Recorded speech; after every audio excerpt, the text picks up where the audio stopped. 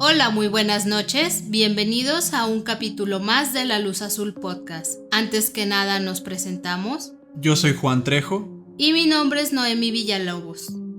Y siguiendo con esta saga de casos sin resolver o digamos misteriosos, encontramos uno que sí es popular, pero la verdad nos llamó bastante la atención, ya que es un poco más o se centra en la parte analítica, en el que tu cerebro se queda pensando en qué pudo haber pasado, el querer tratar como de resolverlo o incluso darle como la parte lógica a todos estos acontecimientos.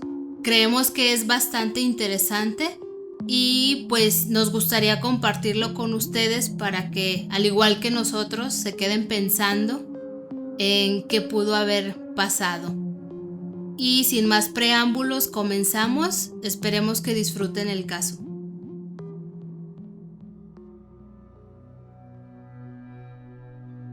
Poco a poco, la sociedad parece estar más consciente de que la depresión, el estrés o la ansiedad son temas importantes para nuestro desarrollo como individuos.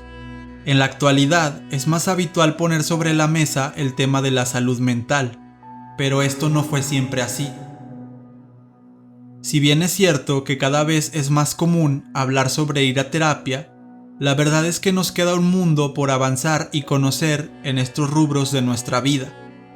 Y ni hablemos en décadas anteriores, donde la salud mental era completamente ignorada. Hace casi 2 años publicamos el episodio 19, El autobús 1170, en el que fuimos testigos de un brutal crimen cometido por un hombre con evidentes problemas psicológicos. Y la historia que nos atañe en esta ocasión ocurrió exactamente en el mismo país, solo que en una época más antigua. En este episodio de La Luz Azul Podcast repasaremos uno de los misterios sin resolver más tristes de la historia. El caso de una mujer que aseguró ser acosada durante casi 7 años y que debido a su deteriorado estado mental fue ignorada por las personas que en teoría debían ayudarla. Acompáñenos a conocer los detalles sobre la extraña muerte de Cindy James y su acosador invisible.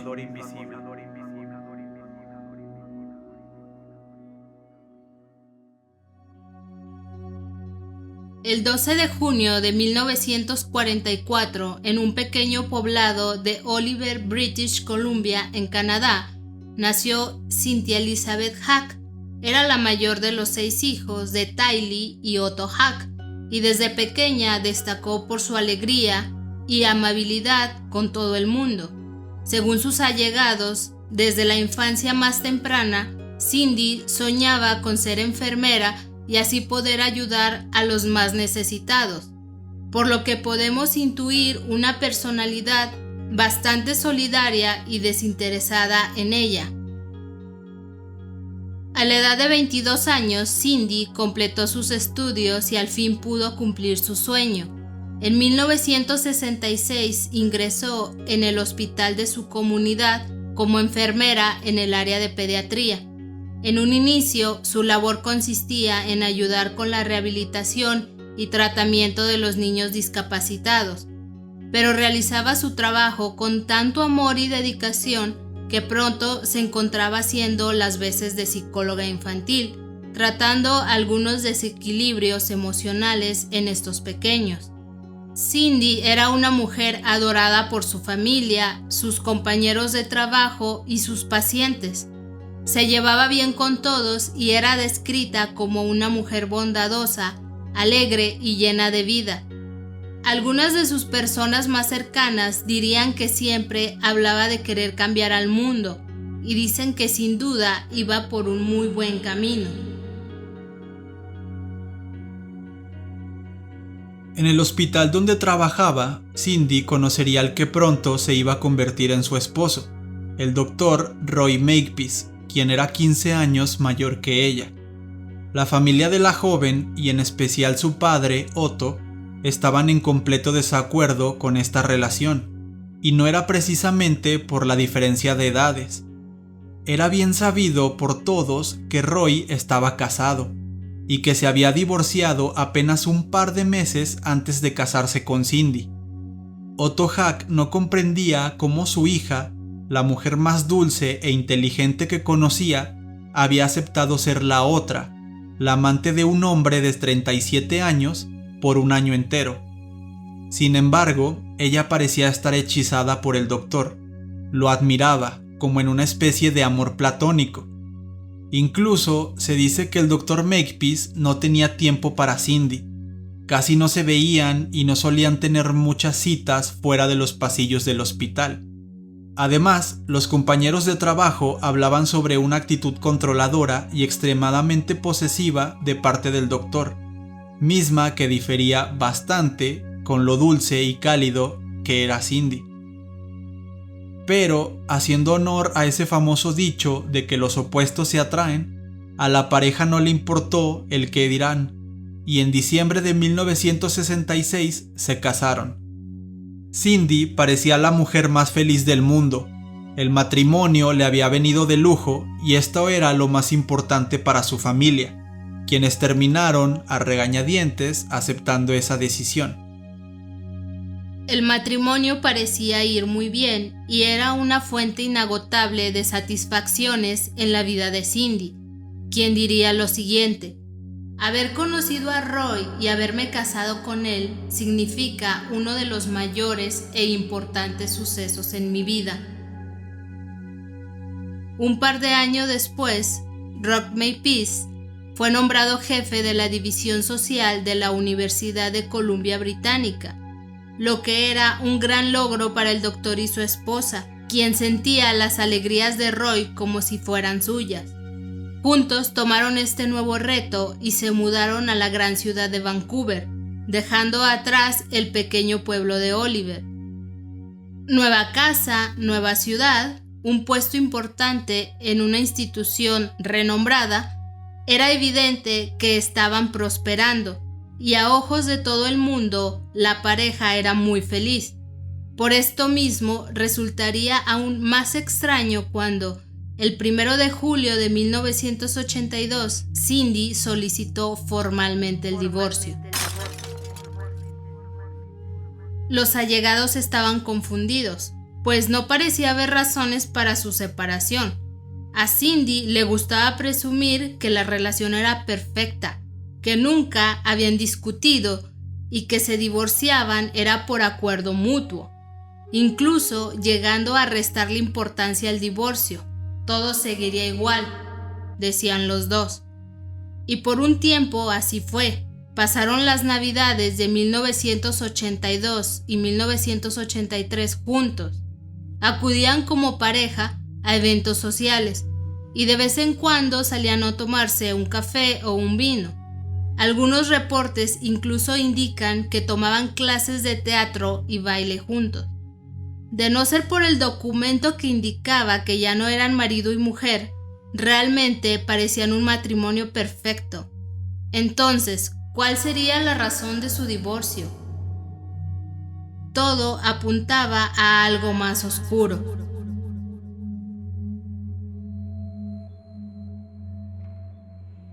Al parecer, Roy Makepeace había sido el de la idea, ya que se veían únicamente cuando él quería, o hablaban por teléfono también solamente cuando él quería. Al enterarse de esto, la familia de Cindy se desconcertó aún más. ¿Cómo podía ser posible que ella aceptara estos tratos? ¿Por qué no exigía su lugar como esposa? ¿Y por qué él era tan cobarde para no dárselo? Pero estos cuestionamientos no importaban. Ella parecía feliz. Su admiración por aquel hombre era tan grande que aceptó ser la otra por un año entero. Luego soportó el mal temperamento y control cuando fue su esposo, y ahora estaba dispuesta a ser su pareja solamente cuando él quisiera. Pero está claro que nadie aguantaría este tipo de relación por siempre, ni siquiera Cindy, por más solidaria y entregada que fuera. Las personas a su alrededor no paraban de cuestionarla, trataban de convencerla para que lo dejara. Ella era hermosa, buena e inteligente. Seguro se conseguiría a alguien que estuviera a su altura y que la respetara como mujer. Todos, menos ella, estaban seguros de que Roy se veía con múltiples mujeres a la vez. Toda esta presión llevó a Cindy Hack a caer en una profunda depresión, que trajo consigo ataques de ansiedad y un deterioro exponencial en su condición mental. La frustración la llevó a experimentar un giro de 180 grados en su actitud. Se volvió grosera e impertinente. Incluso llegó a tener algunos arranques de ira en contra de su exmarido, golpeándolo y reclamándole una explicación del por qué había dejado de ser especial para él, por qué ella no la amaba. Años de estrés, depresión y ansiedad terminaron convirtiéndose en hospitalizaciones. Cindy llegó a ser ingresada en 7 ocasiones por autolesiones. Es entonces cuando el abogado de Roy le aconsejó romper cualquier vínculo con Cindy y su familia. El doctor hizo caso, se mudó y cortó de tajo toda relación con la mujer. Desde este momento, Roy se aseguró de decirle a todo mundo la razón por la cual dejaría de ver a Cindy. Quería dejar en claro que la mujer padecía de un desorden de personalidad múltiple. Y este dato no lo olviden, ya que es muy importante más adelante.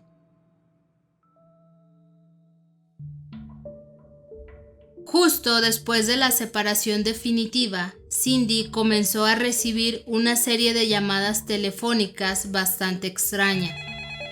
Cuando contestaba, venían unos segundos de profundo e incómodo silencio, y cuando estaba a punto de colgar, una voz distorsionada le decía que iba a morir pronto.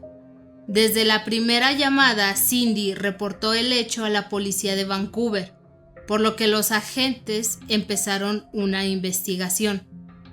Pero durante los próximos meses el acoso escalaría a varios grados de intensidad. Ya no eran solo llamadas.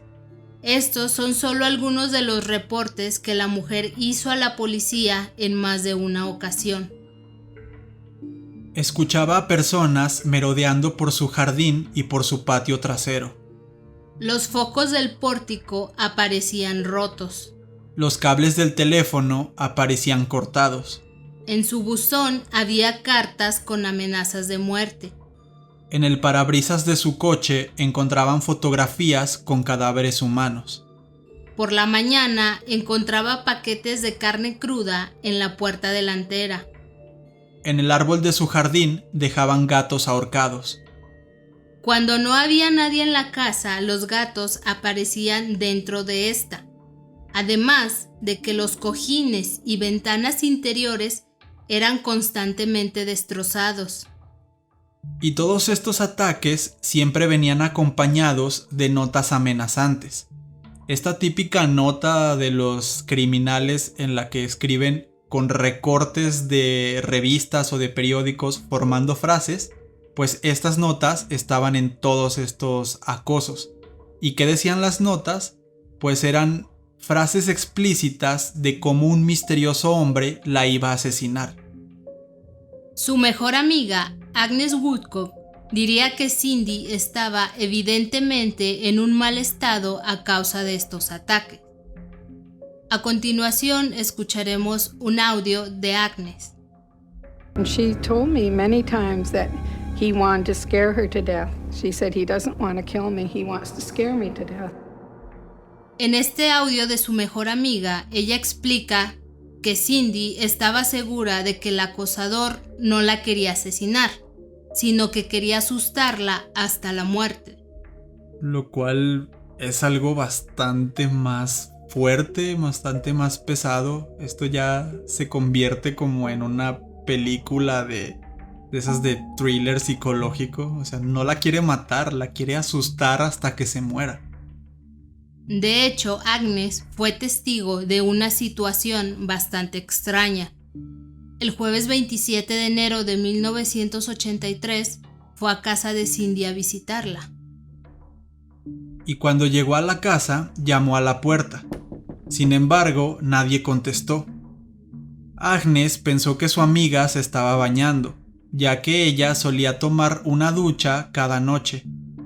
Mientras esperaba en la puerta, escuchó un ruido en el patio trasero, por lo que rodeó la casa para ver si era su amiga, y en efecto, era ella, solo que la encontró en el suelo inconsciente, con una media negra de nylon amarrada a su cuello.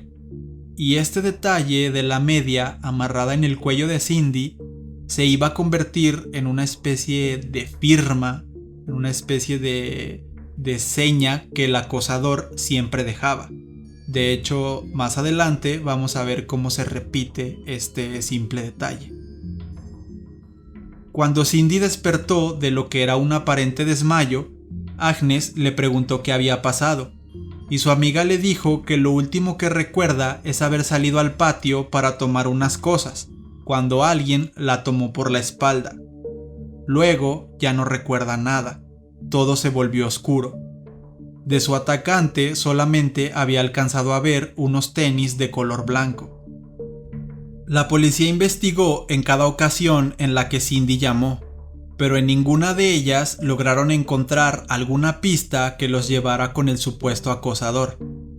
¿Cómo era posible que alguien ahorcara gatos en el jardín sin que algún vecino lo viera? O a lo mejor no los ahorcaba ahí, pero también colgarlos en el árbol es una acción que te toma tiempo, es una acción que es rara, y si algún vecino te ve, obviamente va a llamar mucho la atención. Sin embargo, nadie parecía verlo. ¿Cómo podía ser posible que alguien se metiera en tu casa y que no dejara ni un solo rastro tras de sí, pero sí destruyera todo adentro, todo a su paso? Con cada llamada, los policías iban perdiendo la confianza en Cindy.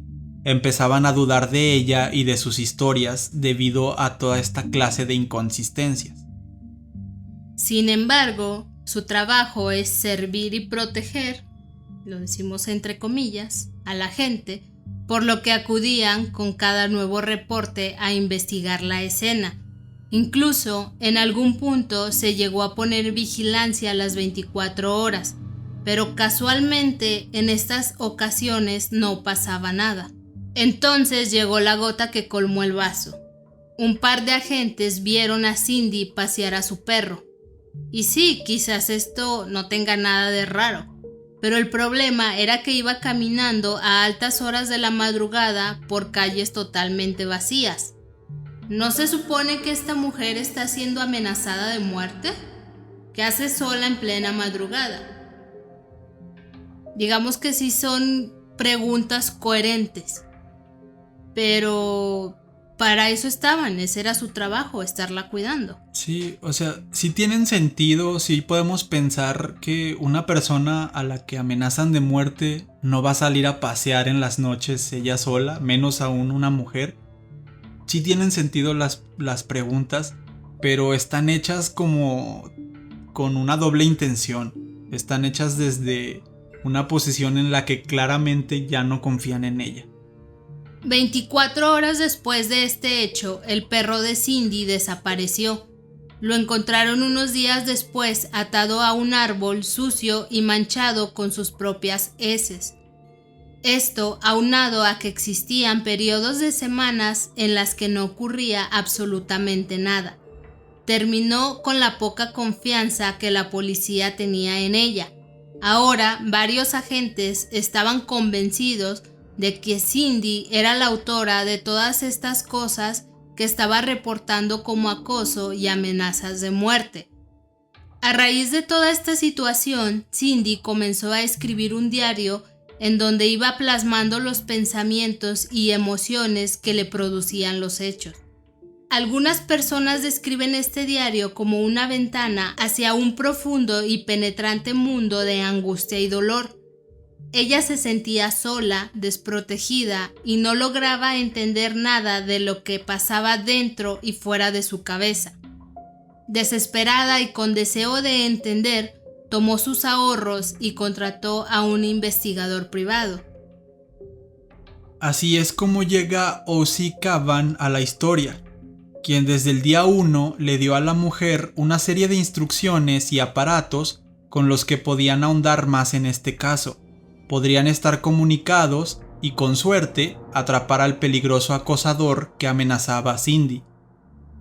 No obstante, Ozzy comenzaría a dudar de su cliente casi al instante, pues no quería compartir información sobre su vida pasada, sus relaciones o incluso sus propios pensamientos en el presente. Se mostraba reacia y poco colaborativa.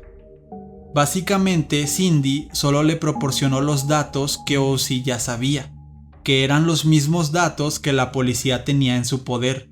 Nunca quiso revelar información más allá, las sospechas que Cindy tenía, o sea, este tipo de preguntas que si contratas a un investigador es como, ¿tienes enemigos, sospechas de alguien? No, Cindy no le quería decir nada más que los hechos.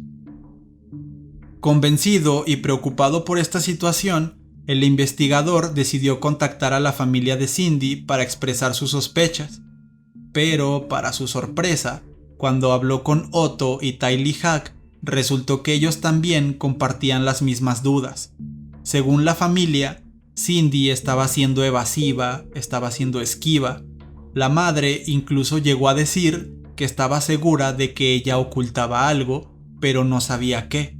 She wouldn't tell him the entire story. She would be evasive. She would withhold information.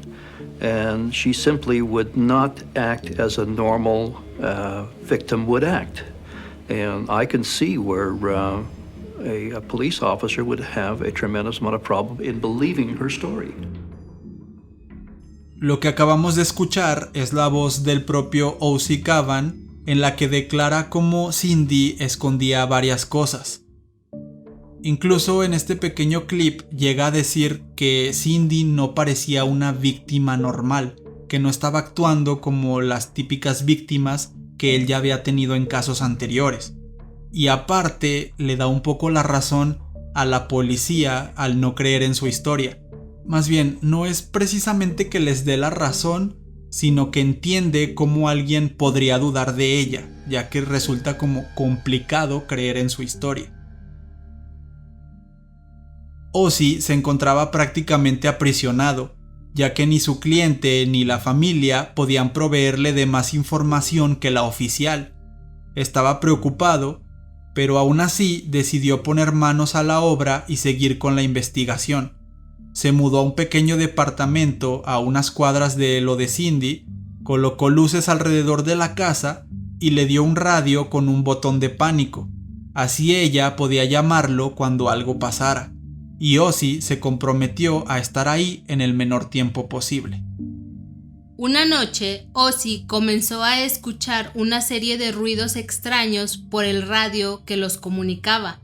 Llamó varias veces a Cindy, pero no recibió respuesta.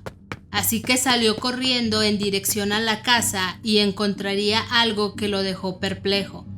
Entró a la casa y la encontró en el suelo de la cocina, tirada boca abajo, con las manos extendidas. Un cuchillo atravesaba su mano izquierda, clavándola al piso. Cuando Ozzy quitó el cuchillo, encontró debajo de la mano una nota ensangrentada en la que se leía: «Eres una perra y vas a morir». Por si fuera poco, unas medias negras de nylon rodeaban el cuello de la víctima, otra vez. Ozzy Cavan llamó a la policía y a una ambulancia. Cindy Hack fue llevada rápidamente al hospital, siendo internada de emergencia. Luego de unos días de recuperación fue interrogada, pero seguía en un profundo estado de shock y no pudo dar muchos detalles de lo ocurrido. Unos días después le contó a Ozzy que un hombre entró a su casa y la golpeó fuertemente en la cabeza. A partir de ahí, todo era oscuro. Como lo mencionamos unos minutos atrás, la policía ya no confiaba en Cindy, por lo que hicieron una investigación, por así llamarlo, bastante superficial, y al final concluyeron que había sido otro de los montajes de esta chica. Se habla de que le dieron tan poca importancia a este ataque que ni siquiera se molestaron en entrar a la casa de Cindy para buscar pistas. Era un ataque grotesco, y ahí se podrían o se hubieran dado cuenta si Cindy estaba mintiendo o realmente existía una persona que la atormentaba. El ataque había sido dentro de la casa. Le habían clavado la mano con un cuchillo al suelo. A lo mejor ese cuchillo podría tener rastros de ADN o algo. Pero no, ni siquiera entraron a la casa a investigar. ¿Por qué? Porque la policía no quería creerle. Pero a pesar de que, como ya nos dijo Noemí, la policía no le quería creer, Ozzy sí le creía. Y después de este suceso, dejó las sospechas que había tenido, las dejó a un lado y se comprometió a encontrar al culpable. Se dice que después de este ataque, Cindy fue sometida a varias pruebas del polígrafo e incluso a algunas sesiones de hipnosis, ya que estaban tratando de obtener pruebas de que ella fingía todos los ataques. O sea, no entraron a la casa a revisar, pero estaban buscando la manera de probar que ella estaba mintiendo. Los resultados de todas estas pruebas fueron inconclusos. Parecía que estaba diciendo la verdad, pero ocultaba ciertos detalles. En una entrevista, la madre de Cindy, Tylee Hack, diría que después de un ataque, su hija la llamó para contarle todos los detalles, y le dijo que el atacante le había puesto un cuchillo en el cuello y le había dicho: si llegas a decir algo, tu hermana y tu madre serán las siguientes. Cindy told me that after she was attacked, the knife was held at her throat, and she was told that if you talk, your sister will be next, and then your mother. So just keep quiet, don't tell anything. Esto que acabamos de escuchar es Tylee, la madre de Cindy, diciendo esto, de que la habían amenazado con que si hablaba, las siguientes eran su madre y su hermana.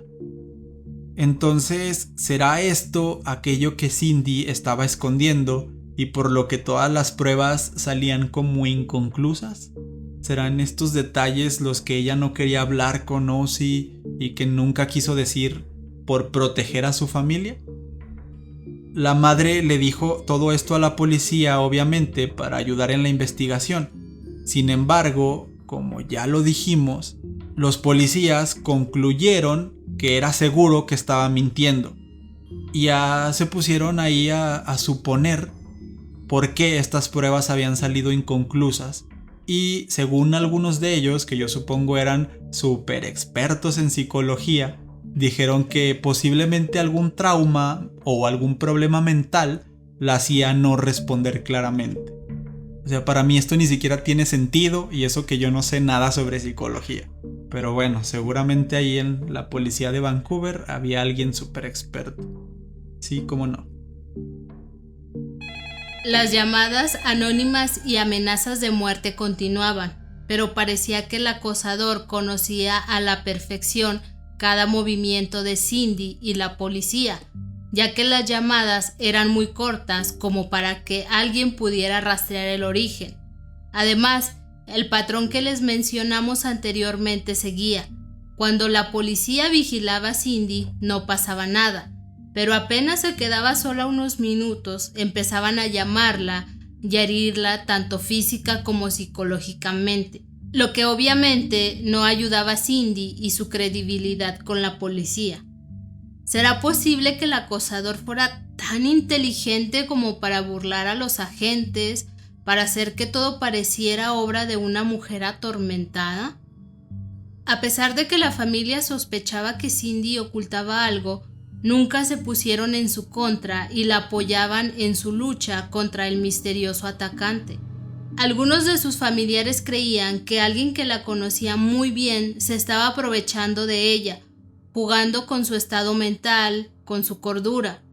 Es entonces cuando le dieron a la policía el nombre de su principal sospechoso, y quien hasta este entonces era desconocido por la autoridad: Roy McPeace, su ex esposo. La policía aceptó a Roy como posible sospechoso y pactaron con Cindy una llamada para conocer la situación actual entre ellos. Al principio Cindy se mostró reacia, pero terminó aceptando. Estaba todo listo para la llamada. Cindy marcó y al otro lado Roy contestó. Después de un titubeo por parte de ella, empezó a descargar todo su dolor y angustia. Lo acusó de haberla herido por años. Le gritó, lloró y lo culpó de todo lo que le estaba pasando. Del otro lado de la línea, Roy respondió de una manera extremadamente fría y seca, sin ningún tipo de empatía por la que alguna vez fue su esposa. Lo primero que dijo fue: "Estás enferma, mentalmente enferma".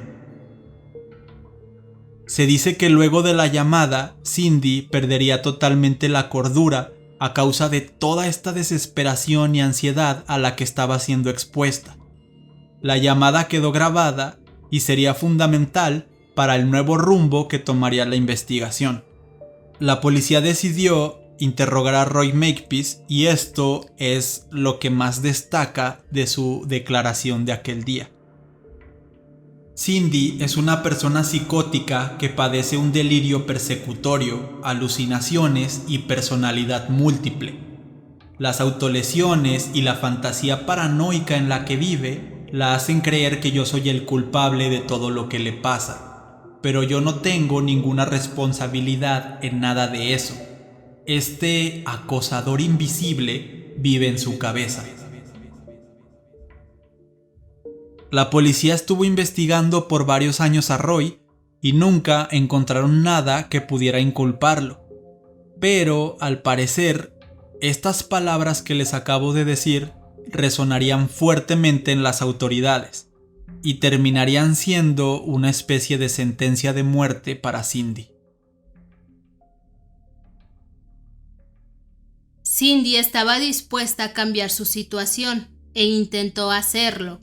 Se mudó a otra ciudad, pintó su coche de otro color e incluso se cambió el apellido de Hack a James. Sin embargo, su vida parecía estar marcada por una especie de oscuro destino, y ninguno de estos esfuerzos funcionó. El acosador invisible seguía encontrándola a donde quiera que fuera. El 11 de diciembre de 1985 fue encontrada a 3 kilómetros de su casa, tirada en una zanja e inconsciente. Vestía botas de trabajo de hombre y un guante en su mano izquierda. Tenía el cuerpo lleno de golpes y contusiones. Presentaba hipotermia, además de signos de una evidente agresión sexual. El cuello estaba rodeado por una clásica media de nylon de color negro. La policía concluyó que la mujer no había sido agredida. Suponían que había mantenido relaciones sexuales consensuadas antes de irse a tirar por un barranco o infringirse golpes ella misma. Cindy no podía recordar nada de lo sucedido. Estuvo internada varios días en un hospital, siempre acompañada por sus padres. Cuando se recuperó y recibió el alta, Cindy habló con su mejor amiga, Agnes Woodcock, para que la dejara pasar unos días en su casa. Agnes y su esposo Tom la recibieron encantados. Unas noches más tarde, los tres fueron despertados por un intenso olor a humo y un fuerte golpe. Lo describen como si se hubiera caído un mueble. Tom Woodcock intuyó que el ruido venía del sótano, así que los tres corrieron escaleras abajo. Cuando llegaron al sótano, lo encontraron envuelto en llamas, por lo que Tom corrió al teléfono para llamar a los bomberos, pero se encontró con la línea completamente muerta a causa de que los cables estaban cortados, como habían hecho anteriormente en la casa de Cindy. Los tres salieron de la casa para pedir ayuda a los vecinos y vieron a un misterioso hombre justo al frente de la casa, mirando detenidamente a los tres inquilinos. Intentaron llamar la atención de este hombre, gritándole, pidiéndole ayuda, pero este ni siquiera se inmutó. Simplemente dio media vuelta y desapareció en la oscuridad. Los vecinos ya se habían percatado de este incendio, por lo que ya habían llamado a la policía y los bomberos no tardaron en llegar a la casa. La investigación determinó que el incendio se había producido desde el interior de la vivienda y que éste había sido provocado. Buscaron una y otra vez algo de evidencia para encontrar un culpable, pero no encontraron nada. Entonces decidieron entrevistar a los 3 inquilinos, cada uno por separado. Y dado el historial de Cindy, ella se convirtió en la principal sospechosa de este incendio. Ya traía pues ahora sí, como comúnmente se dice, venía arrastrando ese muertito. Y la policía dijo, ok, parece que eres tú, o sea, parece que ella es la que provocó este incendio. Sin embargo, tanto Agnes como Tom decían que habían visto a este hombre enfrente de la casa. Algunos policías recordaron las palabras del exesposo y empezaron a burlarse de esta situación, llamando a este sujeto que habían visto como el hombre invisible, y hacían chistes sobre esta situación. Independientemente de quién fuera el culpable, algo sí era muy cierto. No hay mente capaz de soportar una vida tan tormentosa, caída tras caída, y la salud de Cindy fue empeorando a pasos agigantados. Estaba tan desesperada que había pensado en vender todas sus pertenencias para comprar una casa rodante y así desplazarse de un lugar a otro constantemente. Pero cuando estaba decidida a hacer algo, la duda le hablaba al oído, haciéndole pensar que nadie le creería nunca, que no podía escapar de su oscuro destino. Más de 100 reportes a la policía, más de 100 amenazas, ataques físicos y psicológicos simplemente quedaron en nada. Por esta razón añadió más y más páginas al diario en donde plasmaba sus más tristes y desesperados pensamientos. Sus escritos ahora estaban enfocados a la soledad, a sentirse ignorada por las personas a su alrededor.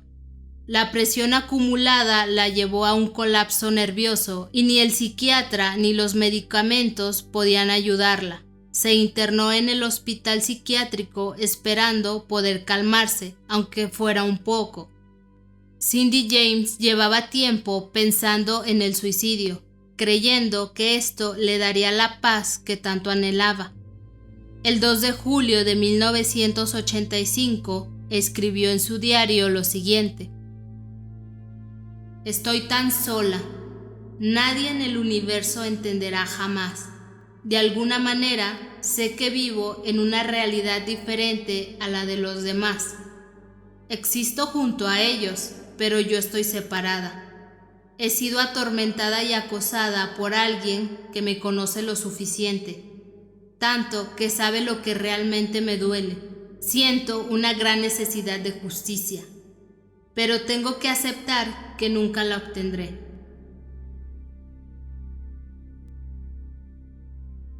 Mientras estuvo internada, O.C. Cavan, el investigador privado, estuvo viviendo en su casa, y aquí pudo grabar una llamada telefónica. Ya les habíamos dicho que frecuentemente le llamaban y que era una voz distorsionada que la amenazaba de muerte. Y de hecho hay una grabación muy famosa de esta llamada que O.C. pudo grabar. Y a continuación vamos a escucharla.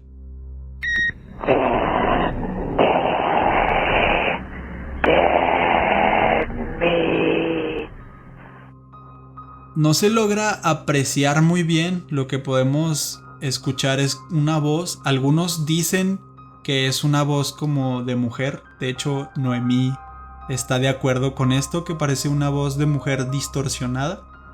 Sí, bueno, a mi percepción sí creo que es una voz de mujer modificada, haciéndola más ronca. Uh-huh. Y yo entiendo como la palabra death o death me.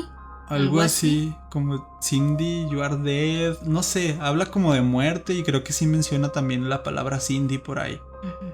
Pero este era el tipo de llamadas que recibía Cindy.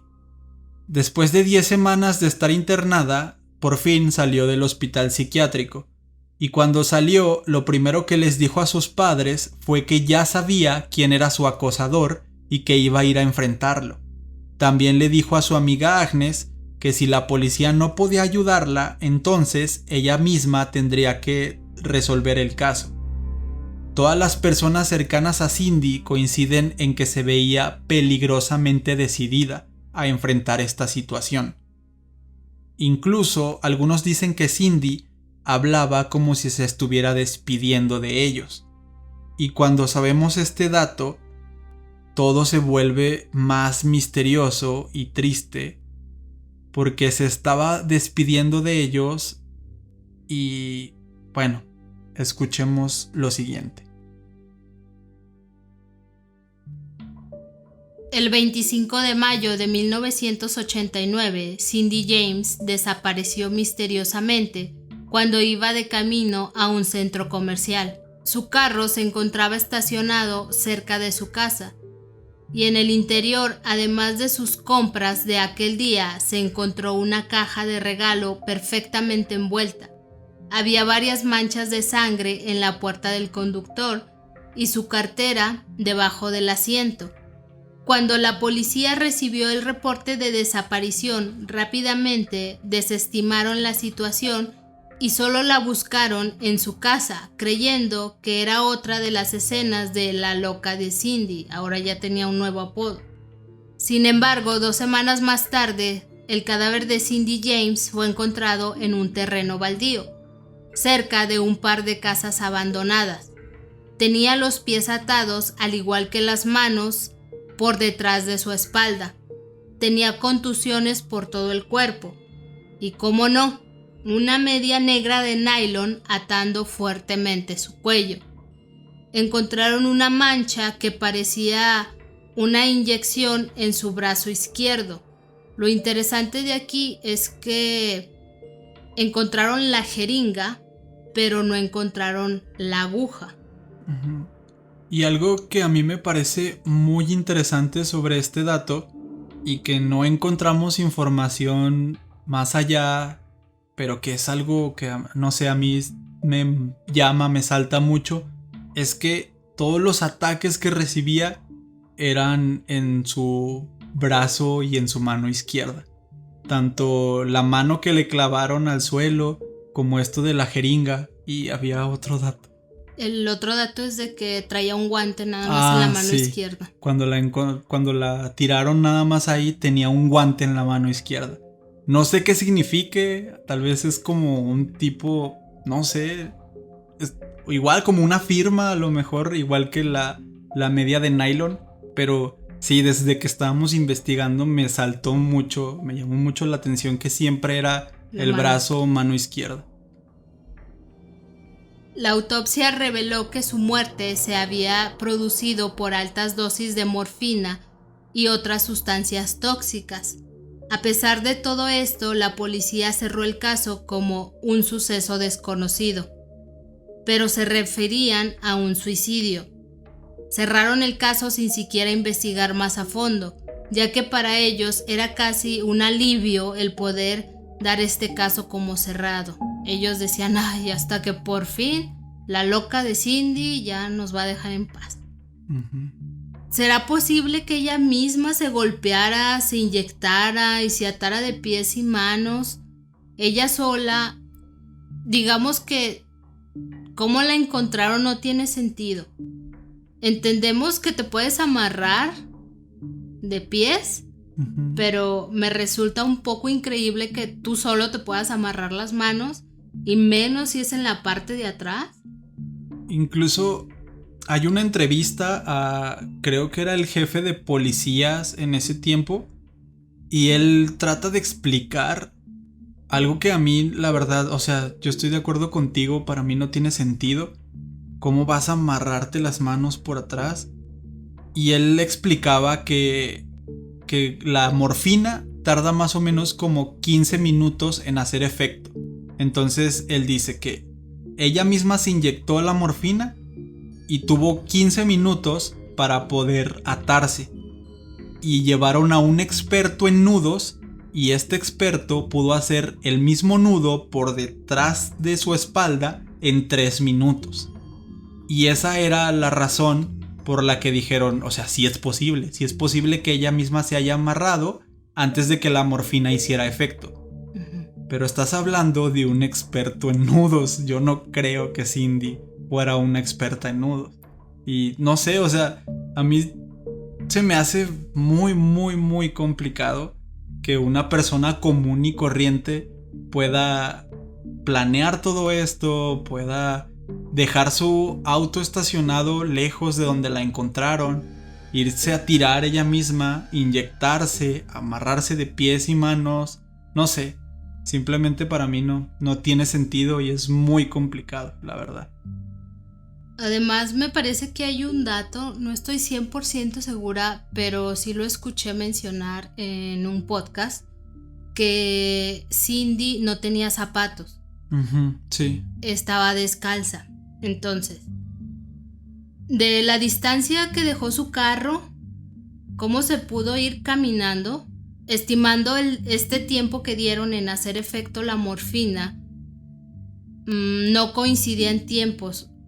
Se fue corriendo Cindy, incluso Pole se fue corriendo, pero si la encontraron descalza, ¿por qué no tenía los pies sangrando o por qué no tenía los pies? Pues sí, con rastros evidentes de que estuvo caminando. Una persona descalza por la calle, te vas a lastimar los pies. Sí, o si no o sea, ponle que se haya ido con sus zapatos y después los haya tirado cerca de la escena y se fue y se tiró. O sea, ponle que caminó unos minutos descalza nada más. Es una posibilidad. Pero tus pies van a estar sucios. Ajá. Y además la policía encontraría los zapatos en algún lado. Y estos zapatos nunca los encontraron. O sea, yo siento que sí hay forma de explicarlo, pero simplemente todos los detalles y la evidencia que se encontró no calzan con las posibilidades de que ella misma lo haya hecho. O sea, para mí simplemente no es posible. Y aparte, o sea, como dices, ¿cuánto tiempo estuvo caminando sin que nadie la viera? La evidencia dice que el carro estaba estacionado cerca de su casa y a ella la encontraron muy lejos, tirada, ya cuando estaba muerta. O sea, simplemente no tiene sentido el hecho de que te suicides así. Sí. Aparte, sumándole el hecho de que, ok, señor experto en nudos, ya se amarró, ahora ahórquese con una media usted solo. O sea, no tiene nada de sentido desde que ¿cómo se pudo amarrar ella sola si ella sola, o al menos no se tiene un antecedente de que ella supiera hacer nudos? Otra cosa, ¿cómo es que no tiene ninguna herida en sus pies si estaba descalza? Y aparte de que se amarró, ¿cómo es que se ahorcó con la media de nylon? Sí, o sea, primero se ahorcó y luego se inyectó, primero se inyectó y luego se ahorcó. Primero se amarró las manos y luego se ahorcó, o sea... O primero se amarró y luego se inyectó, no sé, no tiene sentido nada de eso. Pero el caso se cerró en que es un suicidio, ella se suicidó. De acuerdo a la investigación se sabe que interrogaron cerca de 84 personas, pero ninguna pudo aportar pistas que orientaran la investigación hacia un acosador. Para el departamento de policías no había duda ni misterio. Cindy la loca se suicidó. Pero para O.C. Cavan, que era el investigador privado, para la familia de Cindy y para el internet en general, esto no era así y había un sospechoso número 1, el cual es Roy Makepeace, el ex esposo. Desde el principio hizo mucho hincapié en la supuesta personalidad múltiple. De hecho, se dice que cuando llegó a pronunciar estas palabras en contra de Cindy era como si yo te estuviera platicando. Sí, mira, es que Cindy tiene esto y personalidad múltiple. O sea, era mucho énfasis, exacto.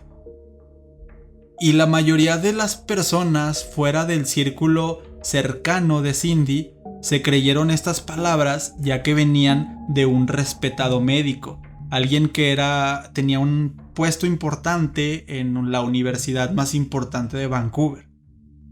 Entonces hay cientos de teorías y razones por las cuales podríamos sospechar de Roy, pero lamentablemente no hay ninguna sola prueba tangible que pueda avalar estas teorías.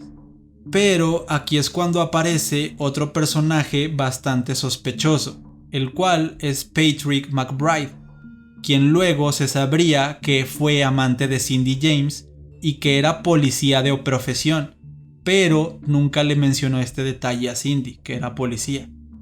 Cuando esta información salió a la luz, Patrick se convertiría en el centro de atención, pues resultaba lógico creer que conocía a la perfección los movimientos de las autoridades, al ser él parte de la policía.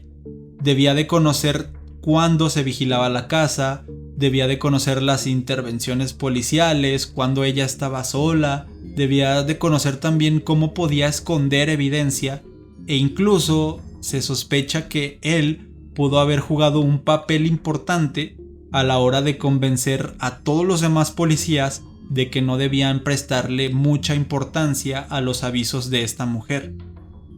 La teoría de Patrick McBride como el verdadero acosador incluye celos o sadismo como aquellos motivos por los cuales hizo lo que hizo, aunque hay otras personas que creen que él pudo haber sido cómplice de Roy Makepeace, que de hecho Roy lo pudo haber contratado para una especie de enferma venganza.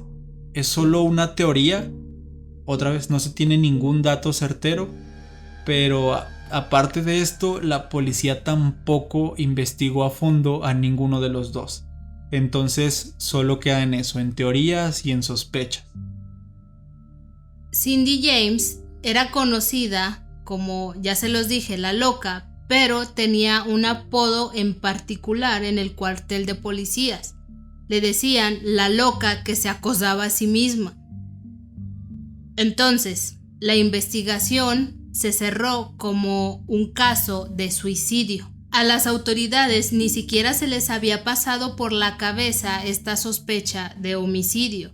En vez de hacer bien su trabajo, de enfocar bien sus esfuerzos a llevar este caso a la luz, o más bien a descifrar el caso, resolverlo como era realmente, más bien los esfuerzos fueron dirigidos a demostrar que Cindy era la que estaba montando todo este teatro desde años atrás, hasta que por fin se quitó la vida. Incluso usaron las palabras escritas en su propio diario como pruebas de que ella quería suicidarse desde tiempo atrás hasta que por fin lo hizo. Entonces, creemos nosotros que no es nada ético el usar cosas personales de la víctima para sustentar tu teoría de que fue un suicidio. En primera, yo como autoridad no le creo a esta señora porque tiene delirios de persecución. Su ex esposo, médico respetado, dice que está loca, entonces está loca, no le hagan caso. Y realmente creo que hubo un mal, pero muy mal manejo en este caso. Sí. Algunas personas involucradas en el caso, incluidos psiquiatras, especularon que Roy tenía razón al decir que Cindy tenía trastorno de identidad disociativo o personalidades múltiples. Y nacieron las teorías que dicen que una de sus personalidades era malvada y que quería acabar con el resto de todas ellas, incluida la de Cindy. Pero en palabras de Alan Connolly, su psiquiatra de cabecera, quien no era solo que la conociera por encima o que haya hablado un par de veces con ella, sino que él la había tratado por años, dijo que nunca hubo un indicio de que este trastorno existiera en Cindy. Independientemente de que el ex esposo sea un médico respetado, un médico reconocido, estamos hablando de que el médico de Cindy también era un psiquiatra. También había estudiado, era una persona que estaba dedicada a una carrera. Entonces, ¿cómo puede ser posible que un psiquiatra te diga, sí tienes este trastorno, pero tu psiquiatra que ya lleva años tratándote no tenga un expediente, o más bien él no lo haya notado, no se llegó a la conclusión después de años de tratamientos, no es un trastorno que ella tenía? Y este señor, el ex esposo, que a pesar de que pues sí convivió con los pocos años que convivió con ella cuando estuvieron casados, así de la nada dijo no, ella padece de este trastorno y ella está mal. Entonces, seguimos con que no tiene sentido. O sea, yo creo, bueno, también corríjanme si me equivoco, pero creo que cuando una persona sufre de algún trastorno, independientemente de que ya haya consultado varias opiniones médicas, creo que la mayoría coinciden. Cuando de veras existe esto, una enfermedad. Sí. Y a continuación también les insertaremos un audio de el mismo Alan Connolly. There was no indication in all of the time that I saw her, and I saw her not just in conversational states, I saw her in deep hypnotic states as well. There was never any evidence that there were other personalities there. So the psychiatrists that were speculating about that were looking for an explanation for things that can't be explained. Y básicamente en este clip es Alan diciendo que nunca hubo indicios de este trastorno de Cindy. Por otra parte, la familia Hack nunca creyó en esta versión oficial y se mantuvieron firmes en que Cindy había sido brutalmente acosada y asesinada luego de varias advertencias, luego de ser ignorada por aquellos que se suponía que debían cuidarla. Otto, su padre, murió en 2010 y su madre Tylee lo siguió poco tiempo después. La hermana menor de Cindy, Melanie, con quien tenía una relación muy cercana, tardó 14 años en terminar su libro ¿Quién mató a mi hermana, a mi amiga?, o en inglés Who Killed My Sister, My Friend, en el que reveló varios documentos y varias de las inconsistencias que ya les contamos en este caso. Pero a pesar de todos los esfuerzos, a pesar de haber pruebas casi irrefutables de un homicidio, las autoridades no quisieron creer en una mujer que, aunque tenía problemas psicológicos y emocionales, advirtió en más de 100 ocasiones que alguien la estaba amenazando de muerte. La versión oficial dice que fue un suicidio, pero nosotros y miles de personas alrededor del mundo lo dudamos mucho. Lamentablemente, la trágica muerte de Cindy James sigue siendo un misterio. Los últimos años de su vida están rodeados por un aura lúgubre y grandes enigmas. Quizás nunca sabremos con certeza si el acosador invisible vivía dentro o fuera de su cabeza, pero lo que sí sabemos es que Cindy necesitaba ayuda. Lo estuvo pidiendo a gritos durante años y no quisimos escucharla.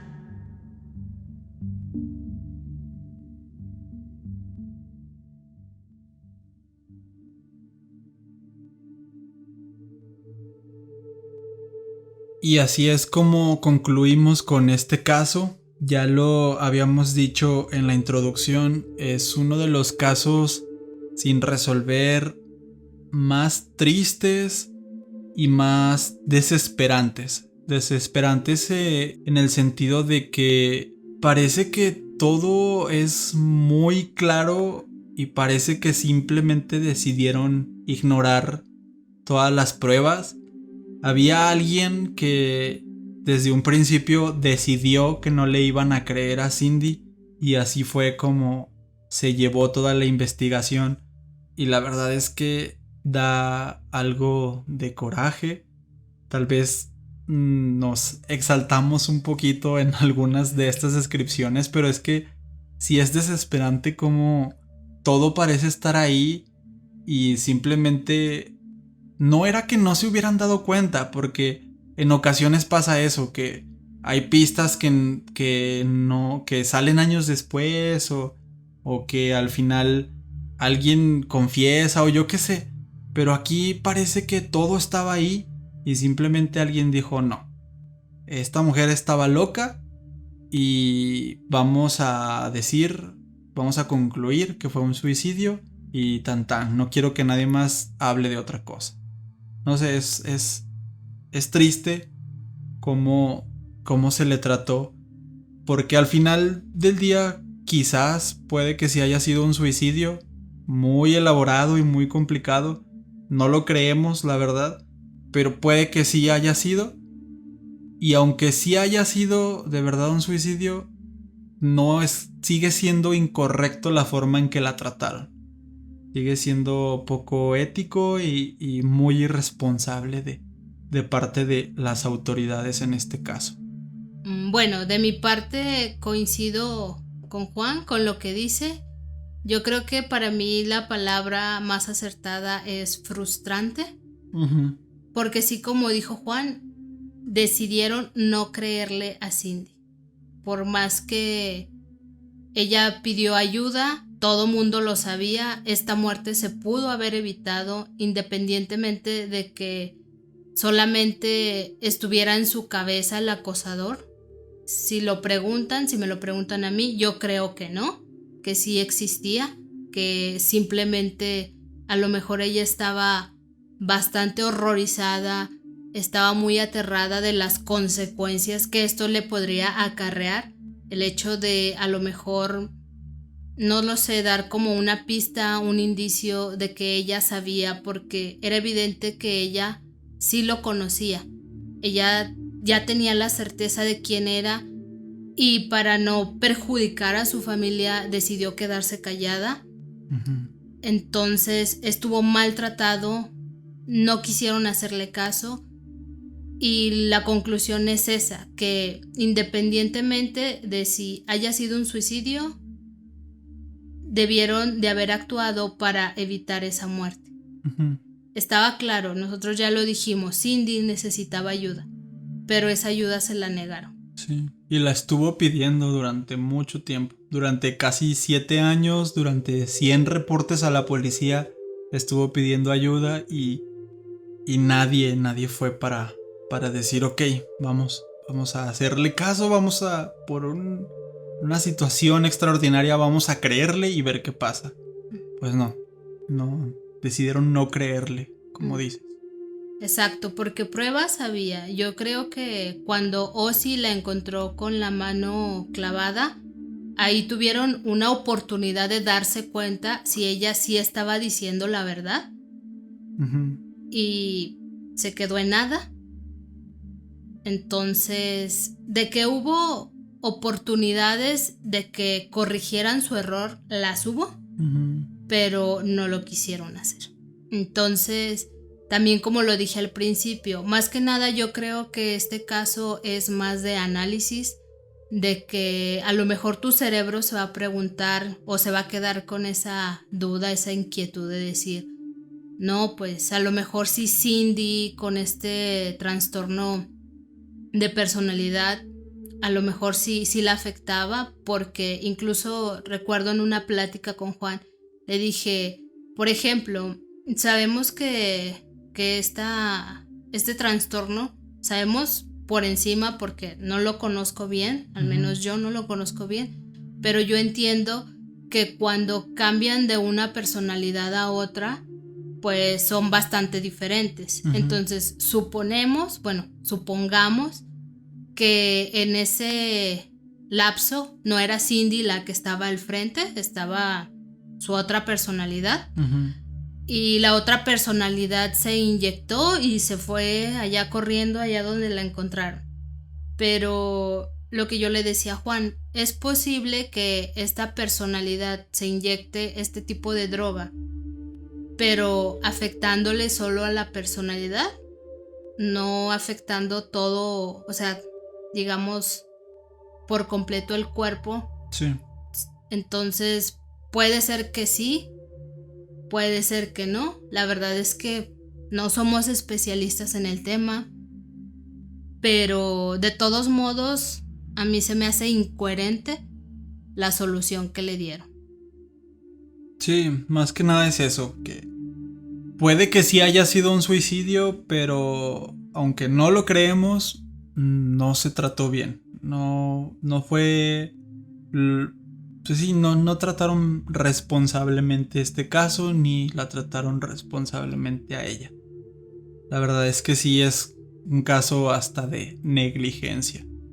Y es muy, muy interesante. Es muy de película, de thriller. No sé si hay alguna película como inspirada en este caso, pero estoy seguro que muchas películas han llegado a tomar cosas de este caso.